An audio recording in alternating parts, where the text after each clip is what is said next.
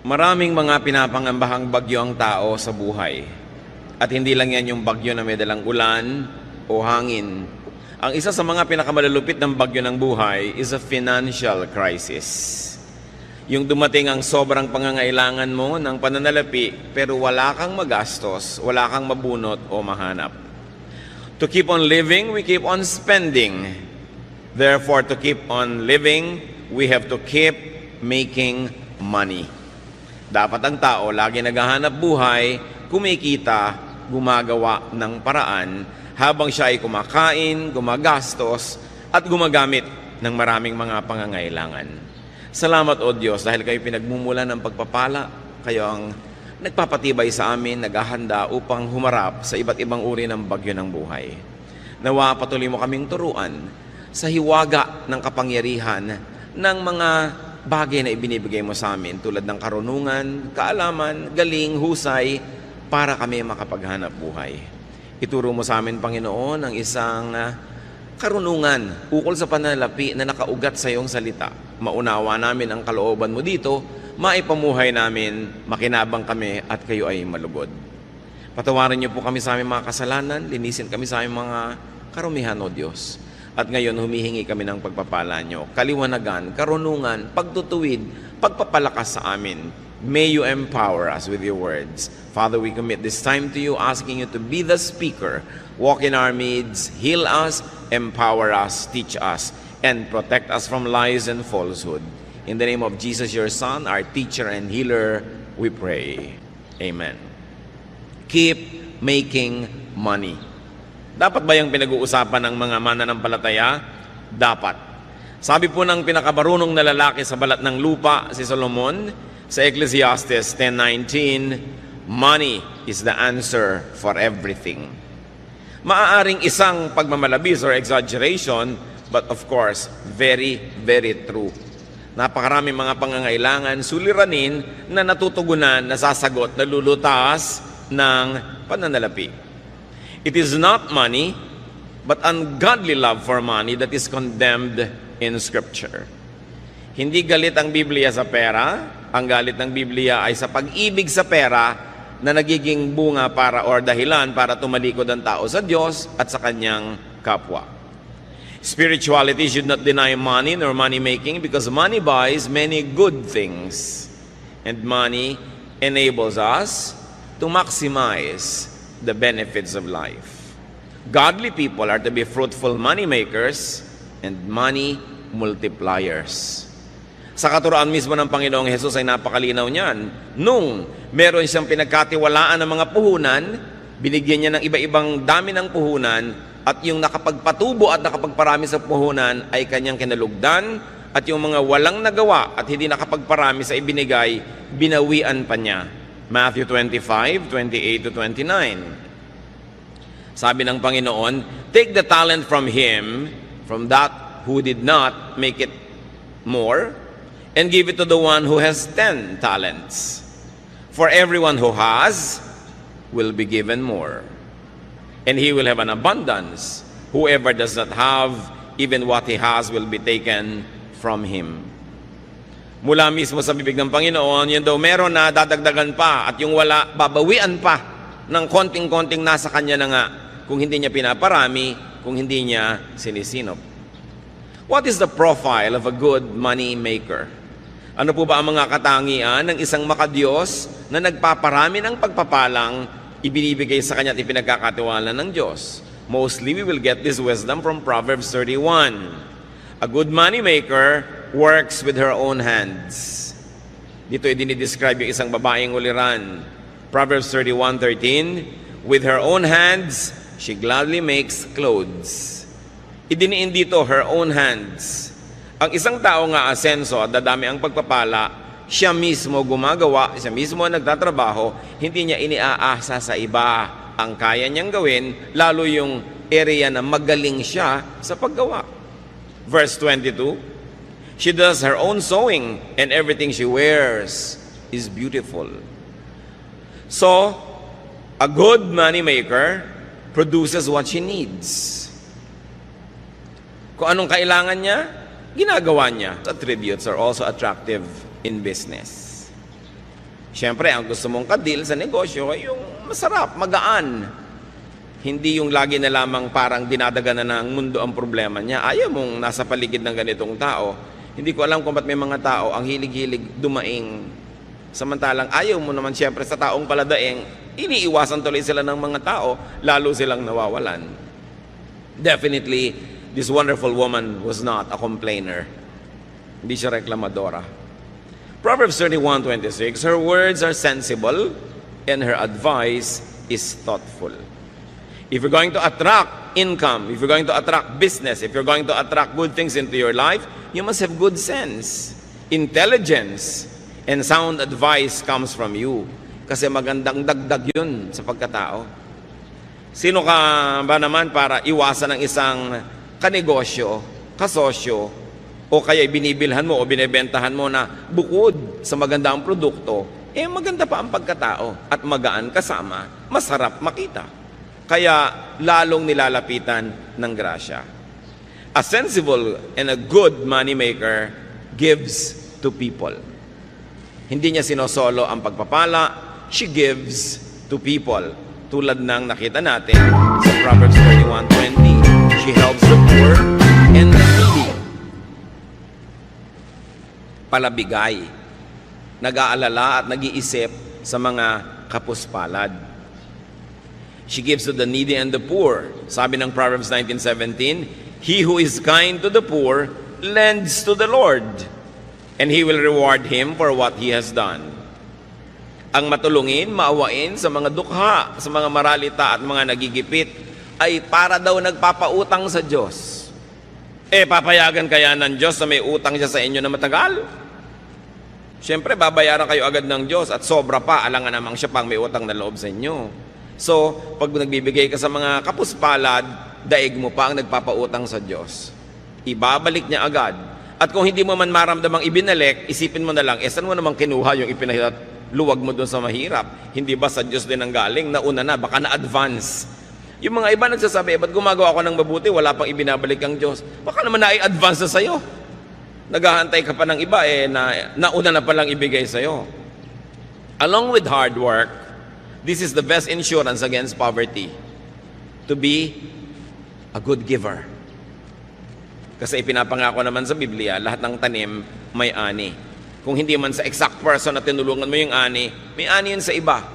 O kaya kahit wala ka pang anihin, saan mo naman kinuha yung tinanim mo? Again, na-advance na yon. A godly moneymaker is a good giver. You make a lot of money not only for yourself, but so that you will have much to give away. Very, very godly purpose. Also, she gives to or pays the deserving. Lagi tayong nag-iisip to give to the needy. Nakakalimutan natin to give to the deserving, or at least to pay the deserving. And this woman pays her production partners. Hindi lang sa needy. Marunong siyang magbayad sa trabahador. Marunong siyang magbigay ng parte sa kanyang mga investors. Hindi niya sinosolo ang kita. May mga tao na bibigyan ng Diyos ng pagkakataon na kumita, pero sinosolo. Kanila lang nababawian tuloy. Meron naman hindi marunong tumanaw ng utang na loob, hindi malang magsukli doon sa mga tumulong sa kanila, nagbukas sa mga pinto, nagbigay ng pagkakataon o namuhunan, tumatalikod, nababawian.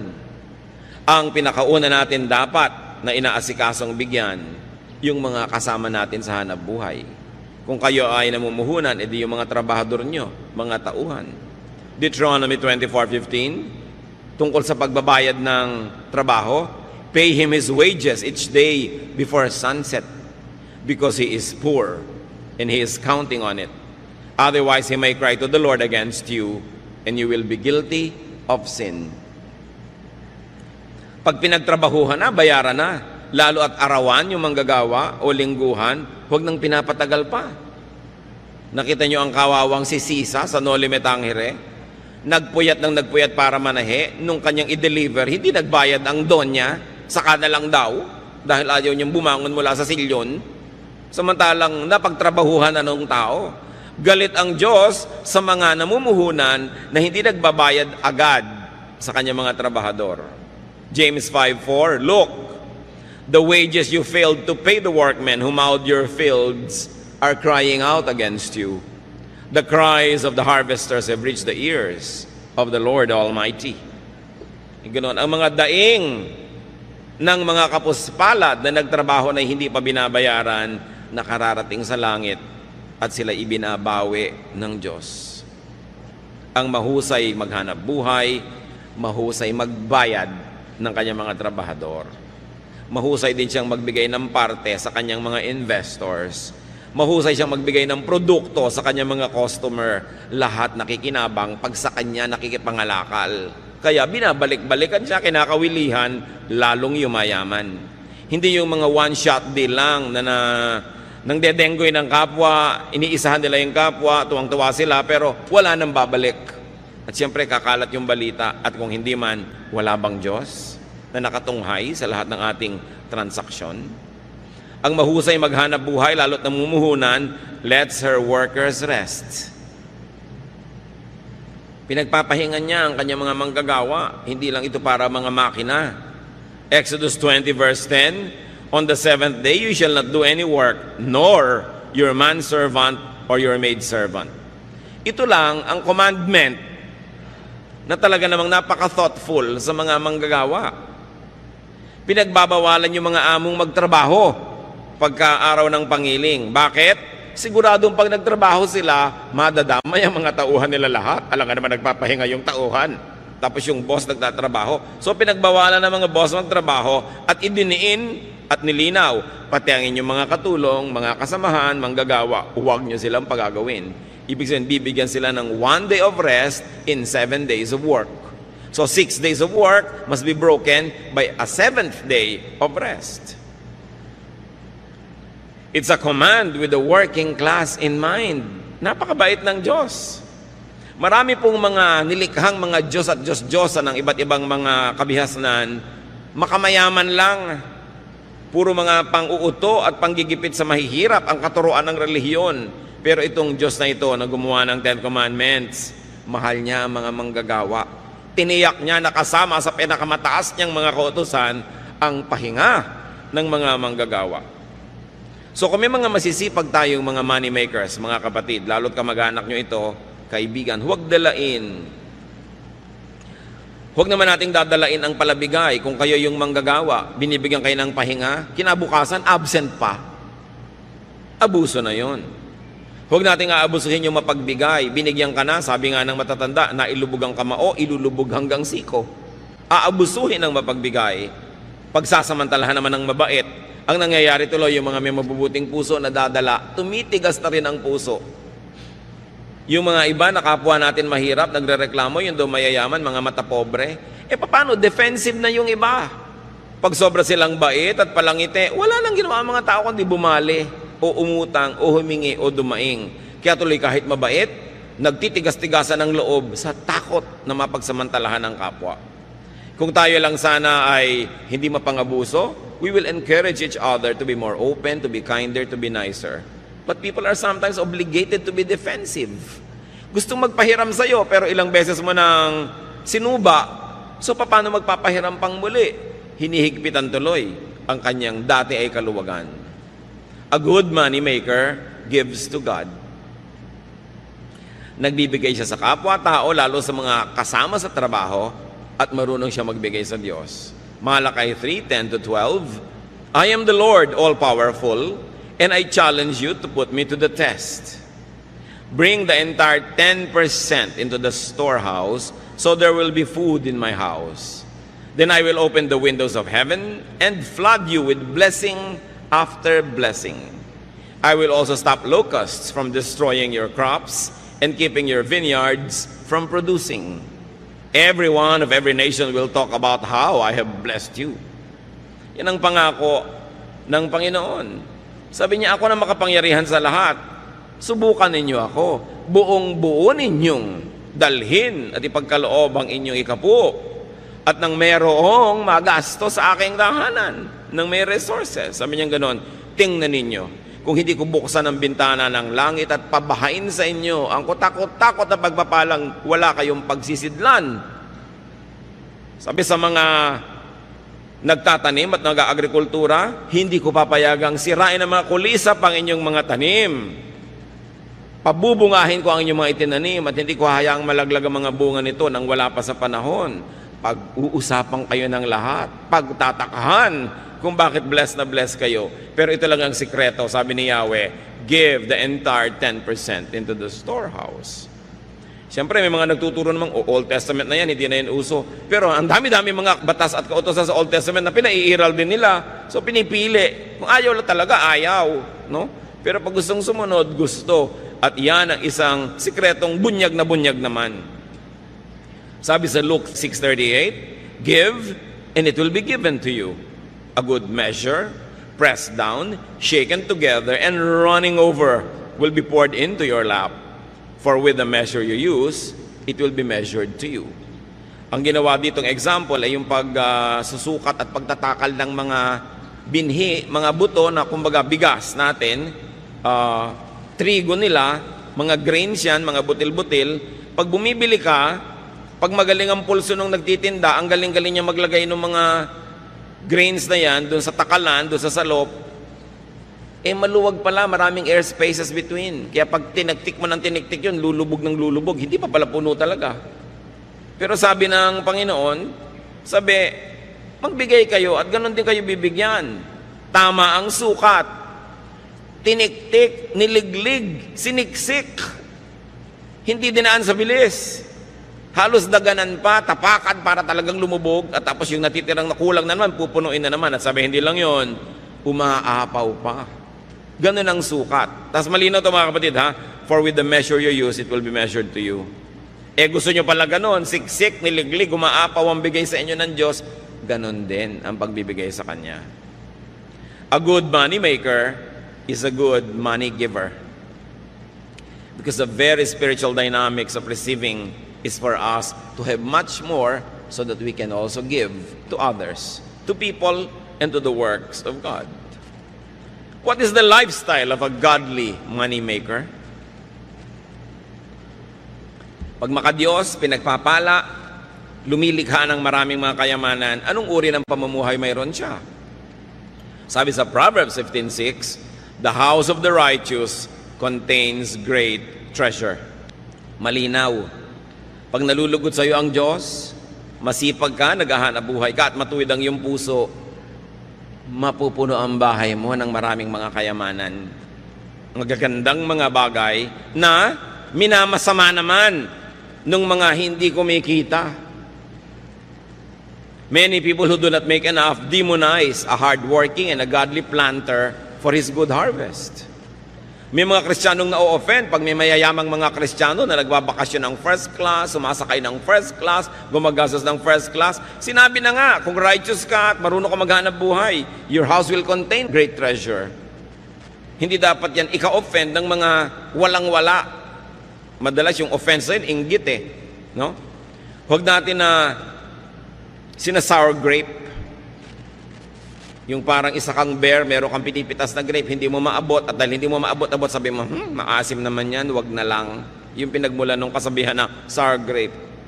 So yung mga hindi yung mayaman, pinapasama nila yung kayamanan. Masama yung mayaman, ayoko maging mayaman. Tapos saan kaya makautang dito? Ang dami ko nakikitang Kristiyanong ganyan ang aarte, parang ayaw yumaman, ayaw ng pera. Wala namang ginawa kundi magdilihensya. No? Yung huwag tayo mag-inarte. Gusto natin ng kayamanan. Ngayon, kung ayaw nyo maging masama, edi ipamigay nyo. O kaya huwag nyong kitain sa masama. Pero mabuting maraming kinikita, ayaw mo manggastahin, may ipamimigay ka. Nakakasama ng loob yung may lumalapit sa'yo, nangangailangan, wala ka malang mayabot. So make a lot of money. What is the lifestyle of a godly money maker? She is comfortable, secure, and cheerful. Proverbs 31:21, her family has warm clothing, and she doesn't worry when it snows. Pag dumadating yung taglamig, lalo doon sa Israel na may yelo, may snow sa ibang bahagi, siyempre walang inimpok ninenervyos. Wala kang pagkain sa bahay, tas may bagyo. Sasabi, babagyo, 3 araw, 5 araw, wala kang bigas, nakakanervyos talaga yun. Diba? Pero sabi, itong kinalulugdan, masipag, matyaga, mahusay ang mga style, Wala siyang pinapangamba ano man yung weather. Ngayon, bago tayo malito mga kapatid, may mga makadiyos, masipag, wala pa rin pera. No? Dapat nating isipin kung bakit. Bakit? Kung makadiyos ako, masipag ako, bakit wala pa rin ako? Kasi kadalasan yung pinagsisipagan natin, kahit 1,000 taong ka magtrabaho doon, hindi ka naman talaga aasenso dahil sobrang liit ng kita doon. So you don't only work hard, you have to work smart. Titingnan mo, ito bang nakalagyan ko na ito na trabaho or profesyon, maahahango ako sa buhay kung masipag ako? Kung wala kayong nakikitang pag-asa, dead end yun, dapat lumipat kayo na ibang magagawa sa buhay, be more creative, create more, kasi maraming Pilipino masipag talaga. Pero yung pinagsisipagan nila parang dead end. Parang wala namang makikita kang asenso dun sa lugar na yun, maliban na lang maging creative sila and reinvent the profession or reinvent their style to make more money. Proverbs 31:25, this godly businesswoman, she is cheerful about the future.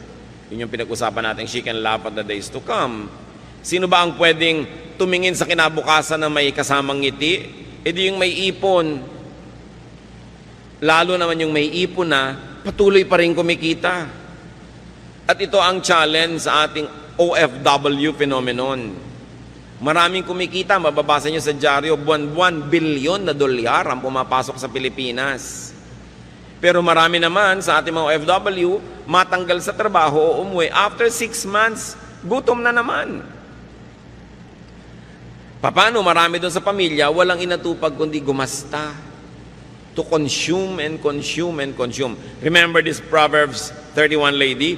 She buys a piece of land to use it in agriculture. Para may kitain. Hindi yung bibili ka agad ng kotse. Pag may kotse ka, puro gasolina yan. Anong kita mo dyan? Puro gastos. Pag bumili ka agad ng bahay, edi gastos din yon. Lalo't inutang mo pa. Hindi isipin, paano kaya tayo mamumuhunan para tayo kumita, para kung umuwi na si OFW, patuloy pa rin tayo yung kikita, hindi nakaasa tayo ng nakaasa sa sweldo, agad na agad, hindi pa nga kinikita, nauutang na, dahil walang ginawa ang pamilya, kundi mag-consume, consume, consume. We must produce. Lagi ko na lang sinasabi yung proverbial kawali and kalan.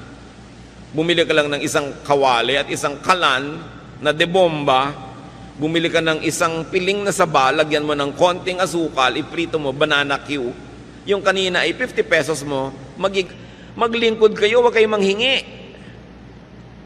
Ang nanghihingi lang yung sobrang matanda, sobrang bata, o may sakit. Pag nagtatrabaho ka, you earn your keep. So work. Marami pa po mga kapatid, yung nagbibigay ng magandang payo o guidance, trabaho yon. Kayo naman nagpa-counsel, huwag kayong magmaang-maangan, magregalo naman kayo sa counselor. No? Pag bumupunta nga kayo sa psychiatrist, ang mahal-mahal ng bayad nyo. Pagka mga pastor yun nagka-counsel, TY. No? Samantalang binuntunan mo na kung takot-takot na problema, hiningahan, nagpadalangin ka pa, nag-fasting pa para sa iyo yung tao. Samantalang ni isa man lang chiko, wala kang dala.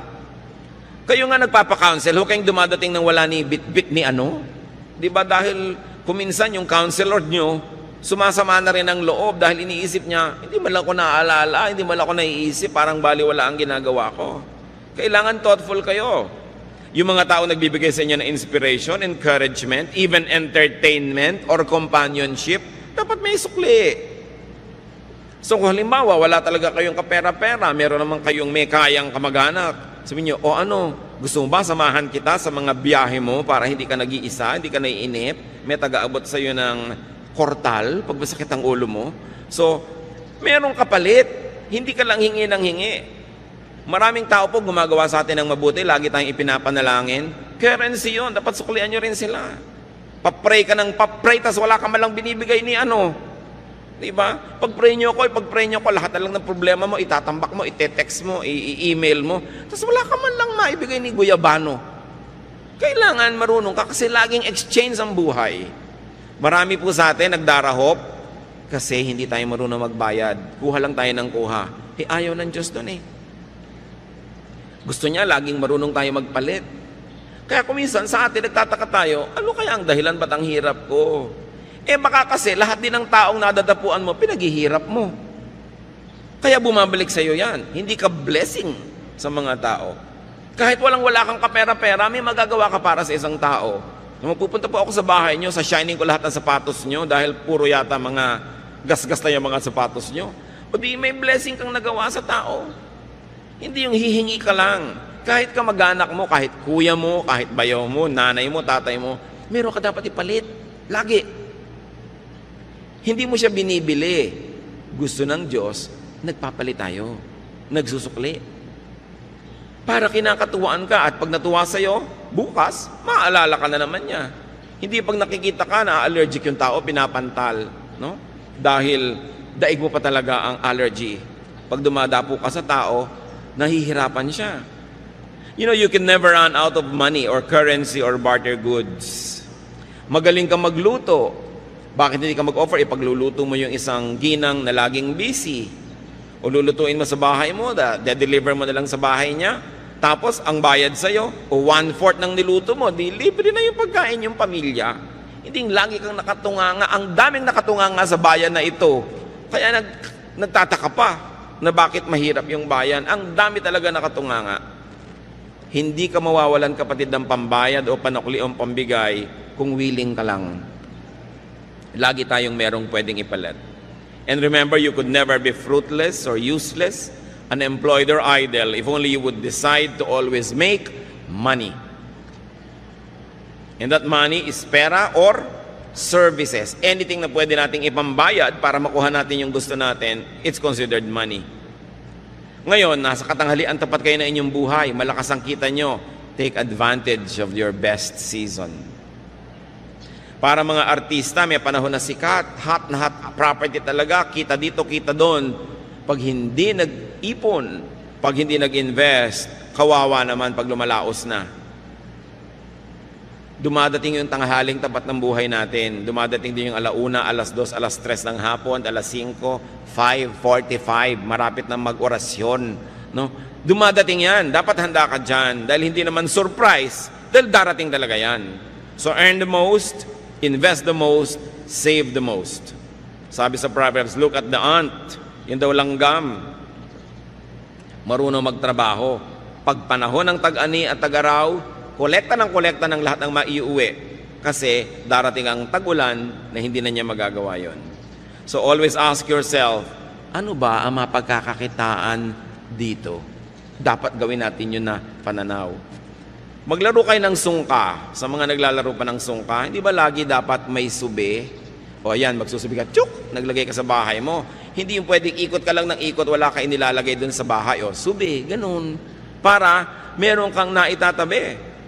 Alam nyo, sabi na isang may doktorado sa anthropology, yung sungka daw, ang sinaunang computer ng mga Pilipino. Talagang taga-compute. May nagsasabi pa na yung abacus daw ng China, apo lang ng sungkahan. At meron pang nagpapatotoo na only in the recent past, maraming mga tindera sa probinsya gumagamit ng sungka pang compute ng mga sukle at bayad. Ang mga sinaunang Pilipino po ay mga negosyante. Hindi sila katulad ng mga sinasabi ng ibang ngayon na mga tamad daw. Mga negosyante, mga importer and exporter. At very good ang credit standing. Alam natin yung napakarami mga sasakyang dagat galing China at galing sa ibang bansa na dumarating dito para makipangalakal sa ating mga ninuno. At ang ating counting system, very elaborate, ha? Sa bawat isang zero, meron tayo dinadagdag na salitang po, 10, 20, 30, di ba? Dagdagan nyo pa ng isang zero, daan. 100, 200, 300. Isa pang zero, 1,000. Dagdagan nyo pa na isa pang zero, 10,000 na yon, laksa. May salita tayo dyan, laksa. Ang Greek culture, ang Hebrew culture, ang maraming cultures hanggang 10,000 lang ang bilang. Pero sa Tagalog, meron tayong 100,000, yuta. Meron tayong 1,000,000, angaw. At meron tayong 10 million, kati. Meron tayong 100 million, bahala. At meron pang 1 billion, gatos. Ang daming magbilang ng mga Pilipino noong araw. Di ba? Talagang mahusay magbilang. At sinasabi nila, yung unang pera sa China, kauna-unahan, yung sigay, yung pangsuka natin na shell, dito mga galing lahat.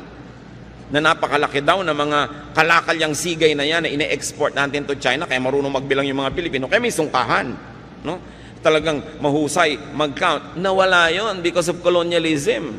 Nung inangkin ng mga Kastila ang mga lupain, pinagtatrabaho lang yung mga tao bilang mga kasama.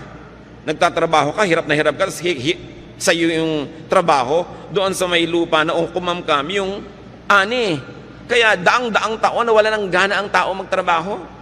Kasi kahit anong sipag ang gawin mo, mahirap pa na ang ending mo. So ba't ka na lang daw magpapakahirap? Pero dapat na natin baguhin yung pananaw na yon. Nakasama sa ating kabihasnan yung pagbibigay ng kalakal sa iba't ibang tao. Ikaw na lang yung taga-bili, taga-utang at taga-hulog. Kailangan marunong mga lakal.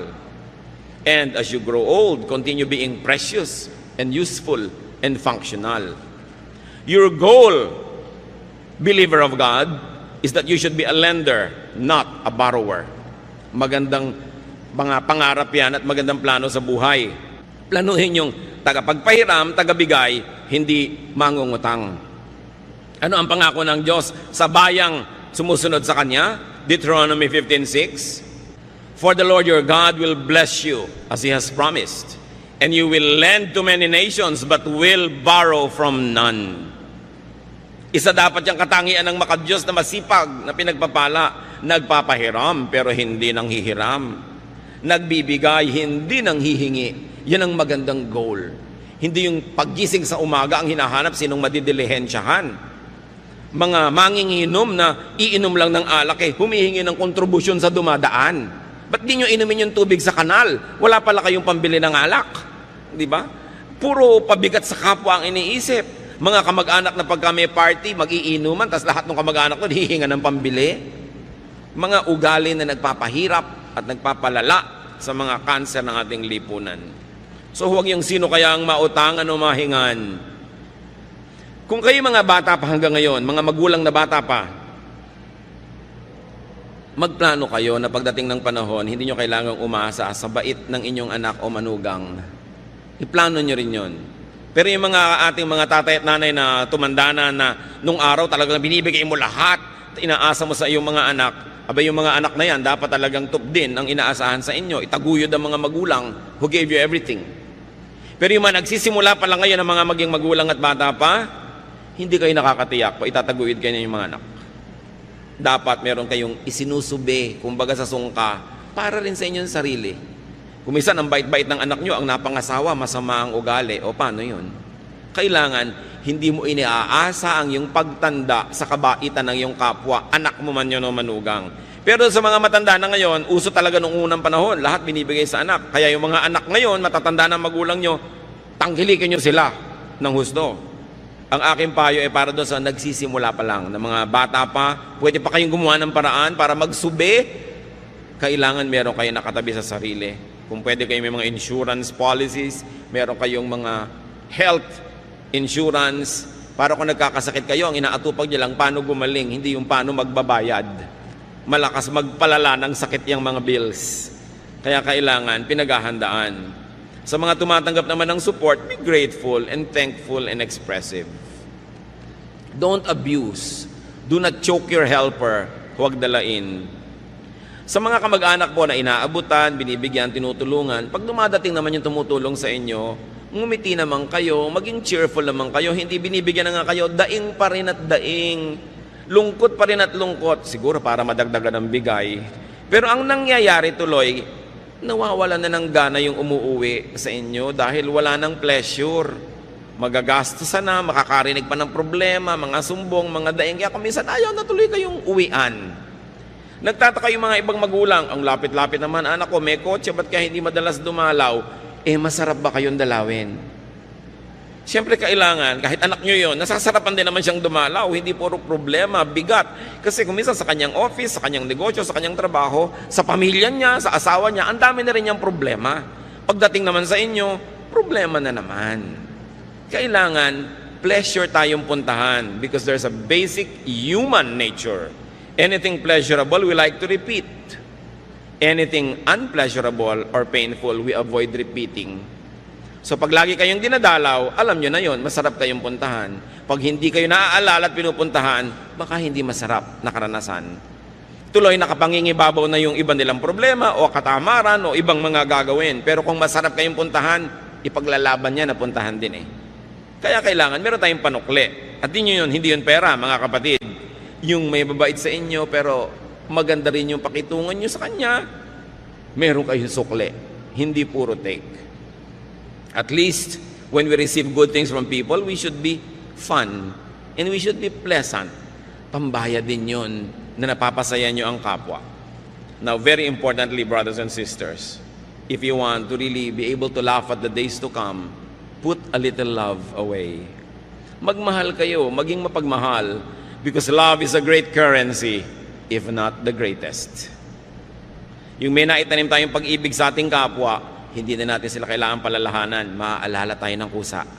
Yung pagmamahal na itinatanim natin, yun ang napakasarap pag namunga. So, while we are alive, we keep on spending.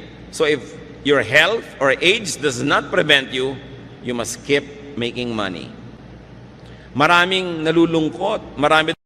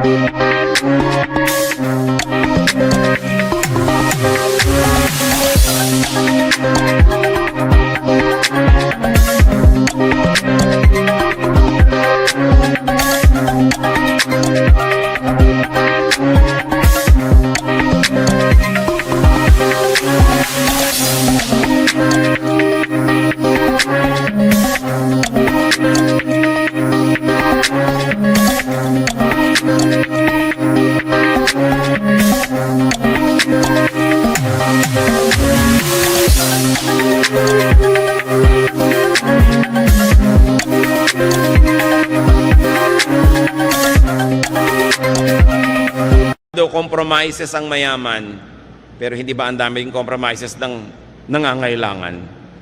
So huwag nating masamain ang pera, huwag nating masamain ang paghahanap buhay, ang pag-iimpok, ang pagpapayaman, basta hindi tayo inilalayo sa Diyos at sa ating kapwa. In fact, nagiging kamay tayo ng Diyos sa palatulong sa kapwa kung sobra-sobra ang mga biyaya sa ating buhay.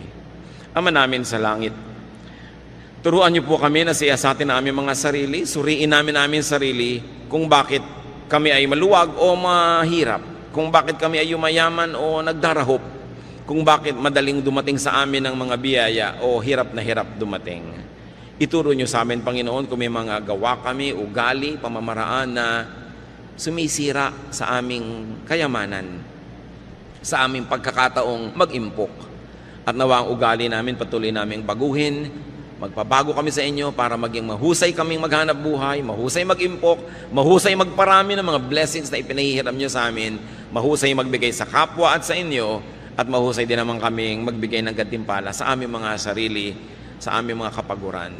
Turo mo sa amin, Panginoon, na yung bagyo ng financial need can be avoided or minimized kung nabubuhay kami ayon sa iyong kalooban. Magbulay-bulay tayo mga kapatid, sumandali. Pasalamatan ng Panginoon sa bawat isang tumutulong sa atin financially o nakatulong. Baka naman nakatulong na, nilimot, magbayad-bayad tayo at magsukli-sukli ng utang na loob. At huwag din nating kalimutan na magtanim naman sa iba, magtanim ng pag-ibig at tulong because hindi natin alam kung kailan tayo naman ang mangangailangan ng habag ng ating kapwa. Ama, sa amin pong sandaling pananahimik, kapiling kayo, ituro nyo sa amin ang mga praktikal na bagay para lalo kaming gumaan sa buhay, lumuwag at makapagbigay pa kami sa aming kapwa at sa iyong gawain. Father, speak to us powerfully as we spend some time with you in silence.